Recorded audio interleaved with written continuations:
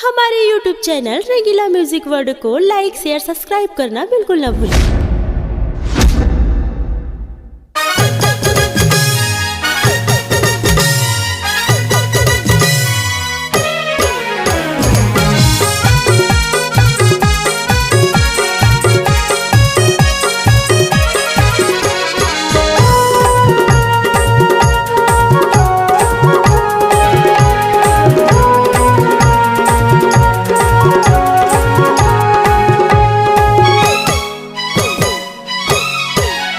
ओढ़ाना रे है ओढ़नी मा ओढ़ाना ओढ़ाना रे है ओढ़नी मा ओढ़ाना दिखथस्ते चुक चुकले हंसथस्ते मुच मुचले कैसे मपटबे बताना हंसथस्ते मुच मुचले दिखथस्ते चुक चुकले कैसे मपटबे बताना आना बताना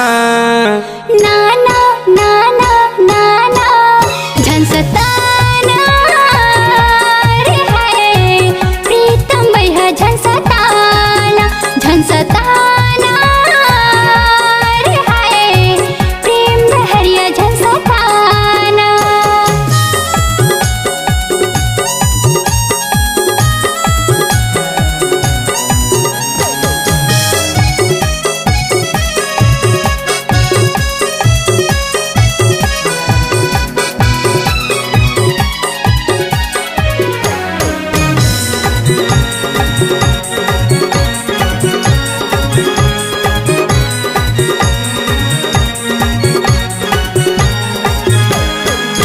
कच्चा नहीं है तोर हरियर जवानी पक्का मोला जनावा तेरे झनकर फोकट जवानी लखैता दिन दिन में अलावा तेरे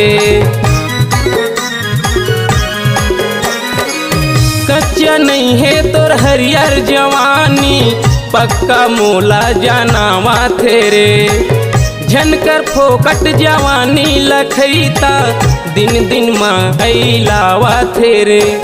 आ मोला हाँ कही दे झन मोला ना कही बेकाहे तोर मन में बताना आ मोला हाँ कही दे झन मोला ना कही बेकाहे तोर मन में बताना आना बताना नाना नाना नाना झंसताना रे है प्रीतम भैया झंसताना झंसताना रे है प्रेम बहरिया झंसताना।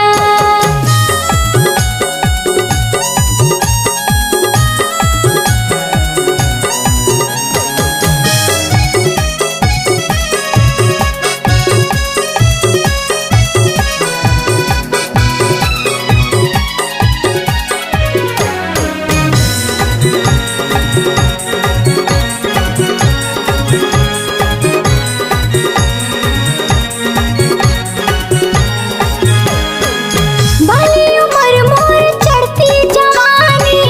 16 ले अभी बाकी है रे झन छबे जर जाबे डहरिया तन बदन मागी है रे बाली उम्र मोर चढ़ती जवानी 16 ले अभी बाकी है रे झन छबे जर जाबे डहरिया तन बदन मागी है रे। आ मोला हाँ कही दे झन मोला ना कही बेकाहे तोर मन में बताना आ मोला हाँ कही दे झन मोला ना कही बेकाहे तोर मन में बताना आना बताना नाना नाना नाना झंसताना रे है प्रीतम भैया झंसताना झंसताना रे है प्रेम बहरिया झंसताना।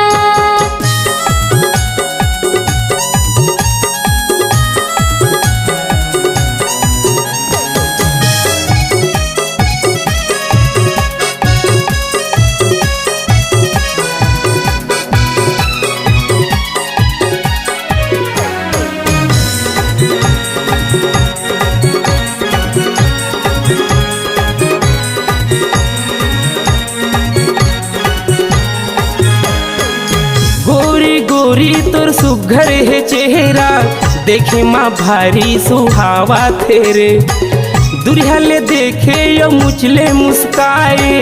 तेरी माया के लाजावा तेरे गोरी गोरी तोर सुघर है चेहरा देखे माँ भारी सुहावा तेरे दुरिया ले देखे यो मुचले मुस्काए तीर माया के लाजावा तेरे माया के छैहा माँ आ मोरे बैहा माँ मन लतै मोर संग मिलाना माया के छैहा माँ आ मोरे बैहा माँ मन लतै मोर संग मिलाना आना मिलाना नाना नाना नाना झंसताना रे है राजन बैहा झंसताना झंसताना रे है तुलसी पाठक झंसताना दिखथस तै चुक चुक ले हंसथस तै मुच मुच ले कैसे मपट बे बताना दिखथस तै चुक चुक ले हंसथस तै मुच मुच ले कैसे मपट बे बताना आना बताना नाना नाना नाना झंसताना रे है प्रेम दहरिया झंसताना ओढ़ाना रे है ओढ़नी मा ओढ़ाना झंसताना रे है प्रेम दहरिया झंसताना ओढ़ाना रे है ओढ़नी मा ओढ़ाना। चले आइए रंगीला रिकॉर्डिंग स्टूडियो संतोषी नगर रायपुर।